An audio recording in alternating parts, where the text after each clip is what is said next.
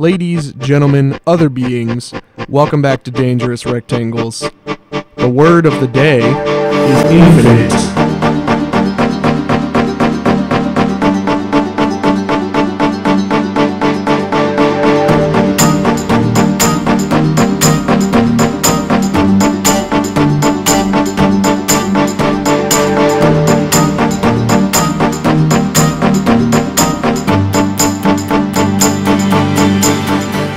Magic the Gathering is a game where generating an infinite amount of something or doing something an infinite number of times is a normal thing that happens sometimes.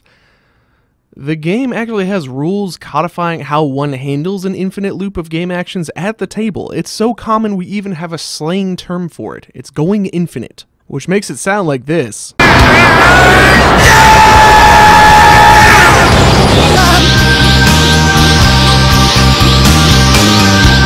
But actually, it's more like this. See a look on Jacob's face. He's like, okay, you got me? Yep, he's like, I get a token.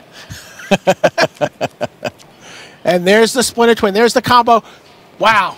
Before we get too crazy, we should note that the actual rules regarding infinite loops in Magic don't involve any actual infinities, so you can put your Calculus 1 textbooks away. The way the rules actually work is once you've demonstrated a loop that can be repeated an infinite number of times, what then happens is you decide how many of those loops you would like to do, and the game shortcuts to you having already done all of those loops, so you don't have to go through it that many times. You can choose an arbitrarily large number like 1 billion, and then do the loop 1 billion times. It's as easy as that. For our purposes, getting hit with 1 billion damage is functionally the same as getting hit with infinity damage, so we're just going to call it infinity.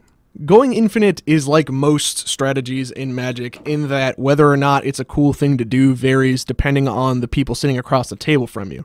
The important thing to understand is that a player going infinite is usually followed by that player using their now infinite resources to kill everyone at the table in short order. Another problem is that if the infinite combo is happening at instant speed, meaning that the loop can be repeated at instant speed, responding to it can be impossible, since the player going infinite can simply, in response to your answer, continue to combo off. Unless you got a K-grip! So recognizing and stopping the dangerous rectangles that are used to generate infinite combos is one of the most important skills you can learn. Untapping lands is usually a bad sign in Magic. Palinkron is the definition of combo bait. It doesn't really do a lot on its own in Commander. It's a 5/4 flyer that pays for itself if you cast it without a plan. But that second line of text means that it's one Bodhi man away from an infinite combo. You could throw a Spooky Mirror in there, and now you have infinite mana and infinite flying 4/5s.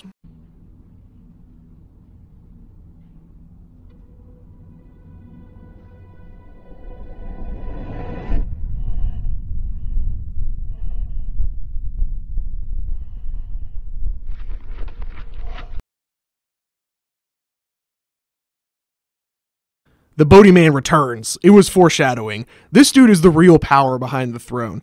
Paying 2 mana to flicker a creature is busted in the best of circumstances, but when you take into account the sheer number of infinite shenanigans that this shady-ass gondolier enables, playing him becomes an act of aggression at most tables.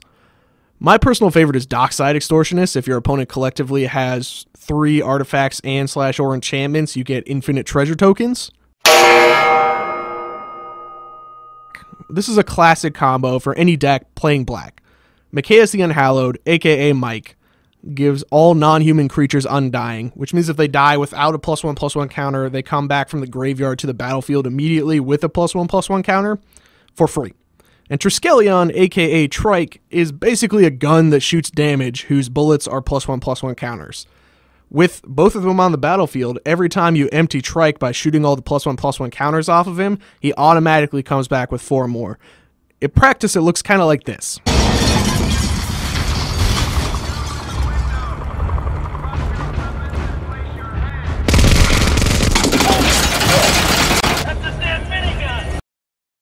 Basically, when you see a card that lets you convert a resource into another resource for free like Triskelion does, that is a bad sign.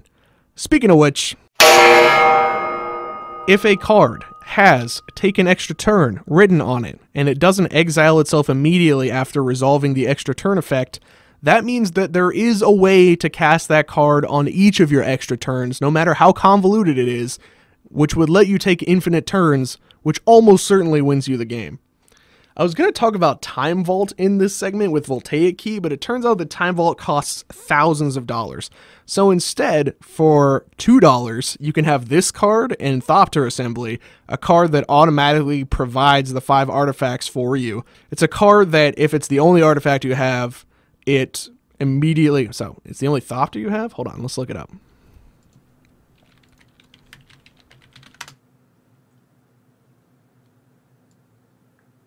So Thopter Assembly, if it's the only Thopter you have, it disassembles itself into 5 Thopters, which you can then sack to Time Sieve to take an extra turn.